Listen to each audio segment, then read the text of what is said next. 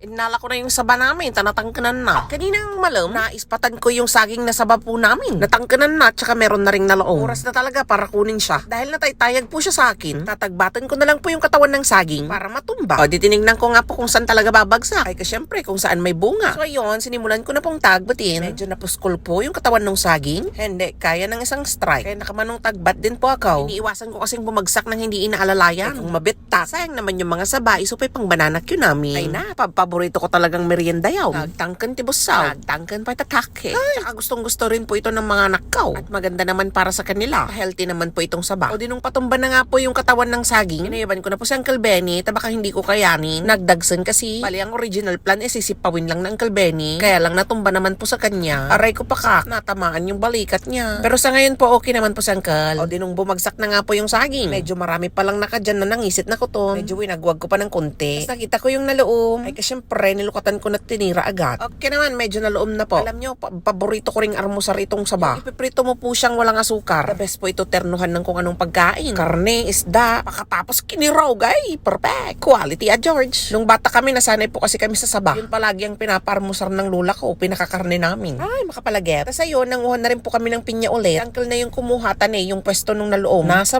na. Marami pa pong pinya doon. Matudok-tudok lang po ako. O, diba? Kita niyo yan? Nasa George. Narigatan, baka bumeso-beso yung ulag. O pakatapos, itong si Tiger nag-request po ng rambutan. Dahil nag-aarbis na po, ako na lang ang kumuha para sa kanya. Pagpanatang na yung anak ko. Siya po yung nakapayong dyan sa tabi ko. At dahil nagmamadali po ang person, nagkarteb na lang po ako kung saan po yung mga naloom. So ayun, medyo marami rin po ako nakuha ulit. Solve na naman ang Tiger. Yun lang naman ang aking storya for today's video, kabsat. Salamat. That Tiger? Pakita mo nga. Pakita mo.